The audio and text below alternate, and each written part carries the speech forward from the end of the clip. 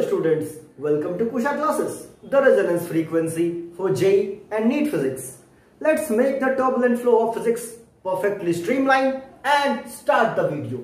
So students, आज के इस वीडियो सेशन में जिस न्यूमेरिकल को मैं एक्सप्लेन करने वाला हूं वो बेस्ड है ग्रेविटेशन के ऊपर, और ये एक लेवल 2 प्रॉब्लम है जिसको कि मैंने IE इरोडोव के बुक से लिया है।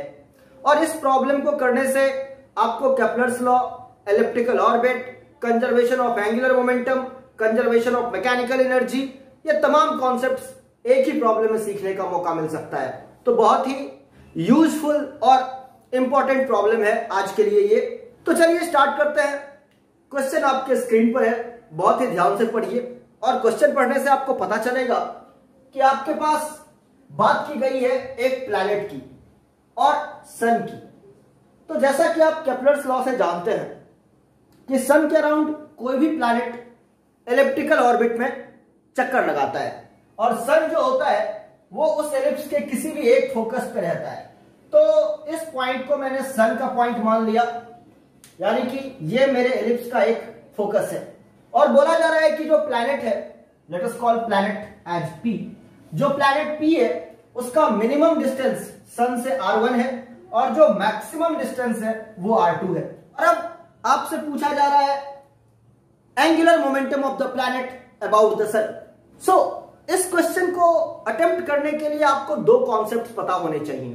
पहला कि आपको कब conservation of angular momentum apply करना है, और दूसरा आपको कब conservation of mechanical energy apply करना है। तो इन सिंपल वर्ड्स, अगर किसी एक्सिस के अबाउट किसी एक ऑब्जेक्ट का टॉर्क 0 होता है तो उसी एक्सिस के अबाउट उस टॉर्क का एंगुलर मोमेंटम जो है वो कंजर्व रहता है।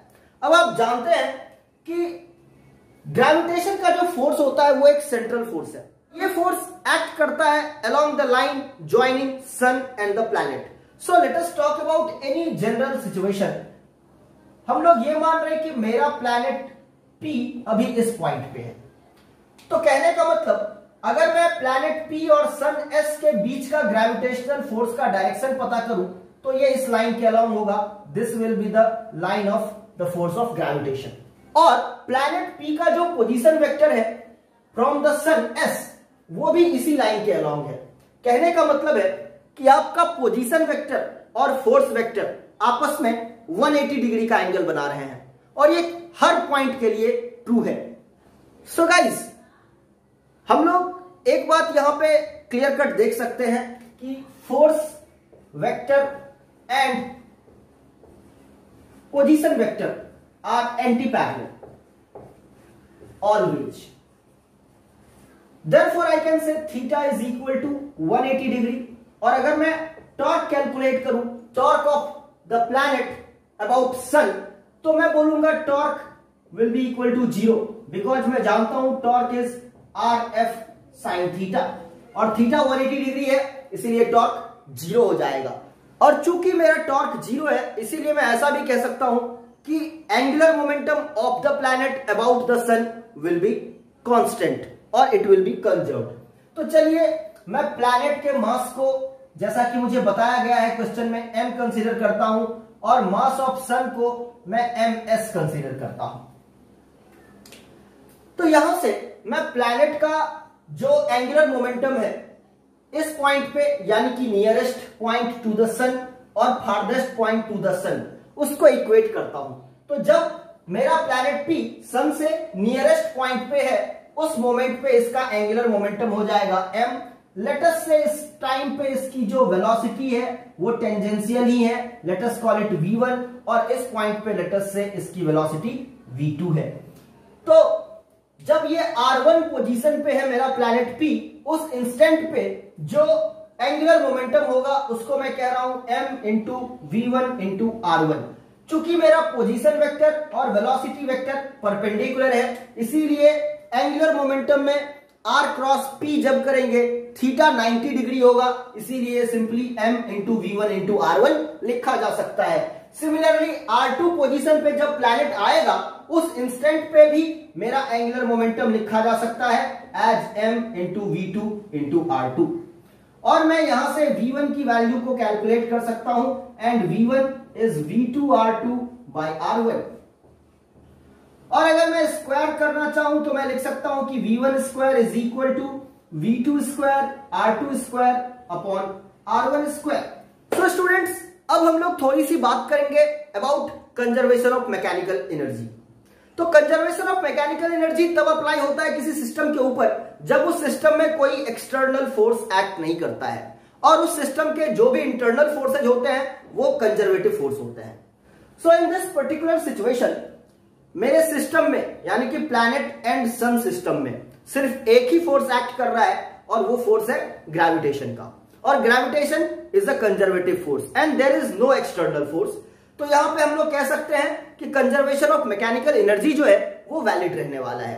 तो यहां पे हम लोग दोनों पोजीशन यानी कि R1 पोजीशन और R2 पोजीशन पे प्लैनेट और सन सिस्टम का टोटल एनर्जी लिखने वाले हैं। तो जब प्लैनेट R1 पोजीशन पे है तो इसकी काइनेटिक एनर्जी हो जाएगी half into m into V1 square, और इस पोजीशन पे जो सन और प्लैनेट सिस्टम है उसकी पोटेंशियल एनर्जी हो जाएगी minus g mass of the sun into mass of the planet upon their separation R1, और यही एनर्जी इक्वल होगी टोटल एनर्जी जब आपका प्लैनेट R2 पोजीशन पे पहुंच जाएगा। और इसके लिए मैं एनर्जी लिखूंगा kinetic energy half m into V2 square, और इस मोमेंट पे जो पोटेंशियल एनर्जी होगा सन प्लैनेट सिस्टम का उसको मैं लिखूंगा minus g mass of the sun mass of the planet upon their separation R2। Now मैं सारे वेलोसिटी वाले टर्म को एक साथ रखता हूं और पोटेंशियल एनर्जी वाले टर्म्स को एक साथ रखता हूं।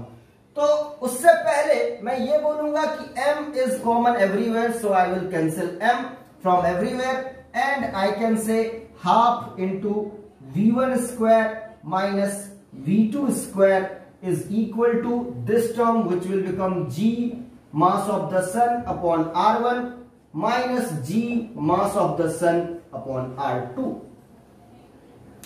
अब मैं V1 स्क्वायर की वैल्यू को यहां से सब्स्टिट्यूट कर सकता हूं यहां पे, और मैं इस इक्वेशन को लिख सकता हूं half into V1 square can be written as V2 square R2 square upon R1 square, and I have minus V2 square again, so I will put minus V2 square।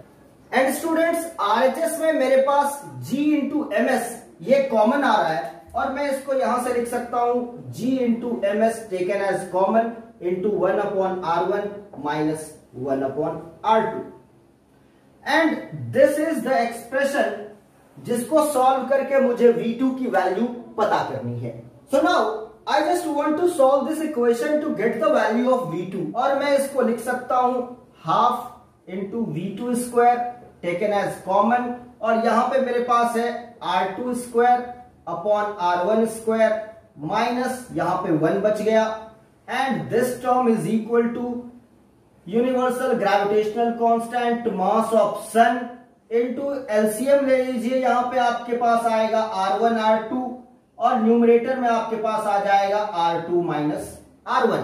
अब मैं इस 2 को इस साइड ले आता हूं तो मेरे पास हो जाएगा V2 स्क्वायर, और यहां पे R2 square minus R1 square upon R1 square, और ये 2 RHS में चला गया तो ये बन जाएगा 2GMS into R2 minus R1 upon R1 R2।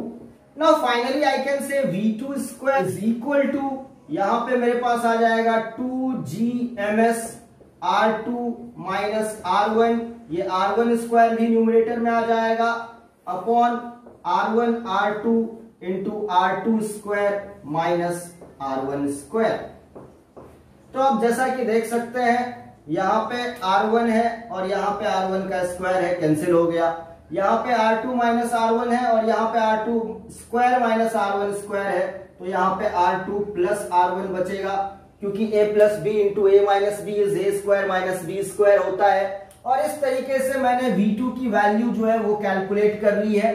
तो इसका स्क्वायर इधर आएगा स्क्वायर रूट बन के, और आप लिखेंगे V2 is equal to twice of G mass of the sun into R1 upon R2 into R2 plus R1. Now I know the velocity at one point. हमें V2 पता है, और अगर मैं इस पॉइंट पे एंगुलर मोमेंटम की value निकाल लूं, then that angular momentum will be valid for all the points.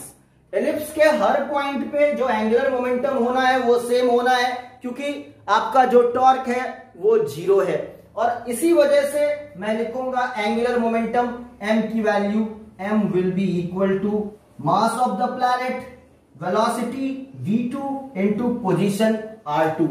तो ये वैल्यू अब अपने को कैलकुलेट करना है, तो हम लोग यहां से लिखेंगे m r2 और v2 के जगह ये वैल्यू लिख दिया, तो हमारे पास ये आ गया 2g mass of sun r1 upon r2 into r1 plus r2. Now अगर मैं इस R2 को स्क्वायर रूट के अंदर लेके जाता हूं तो ये R2 का स्क्वायर बन के न्यूमरेटर में आएगा, डिनोमिनेटर में भी एक R2 है वो कैंसिल हो जाएगा, और फाइनली आप एंगुलर मोमेंटम का वैल्यू लिख सकते हैं m into square root of 2 universal gravitational constant mass of sun into R1 upon ये R2 भी ऊपर में ही आएगा, नीचे वाला R2 कैंसिल हो गया और आपके पास R1 प्लस R2 आएगा. तो गाइज आपने देखा कि हमने कंजर्वेशन ऑफ मैकेनिकल एनर्जी और कंजर्वेशन ऑफ एंगुलर मोमेंटम के कॉन्सेप्ट्स को यूज करके इन जनरल हर पॉइंट के लिए एंगुलर मोमेंटम की वैल्यू कैलकुलेट की. तो ये एक स्टैंडर्ड प्रॉब्लम है. इस टाइप के प्रॉब्लम आप IIT JEE मेंस, एडवांस या फिर नीट में भी एक्सपेक्ट कर सकते हैं. तो उम्मीद करता हूं कि बहुत ही बेनिफिशियल रहा होगा आज का एक्सप्लेनेशन, आपके लिए बहुत कुछ सीखने को भी मिला होगा. और अगर आपको वीडियो पसंद आई है तो प्लीज लाइक करें, and if you have any doubts do ask me in the comment section. Thanks for watching the video. See you next time. Till then good bye, take care.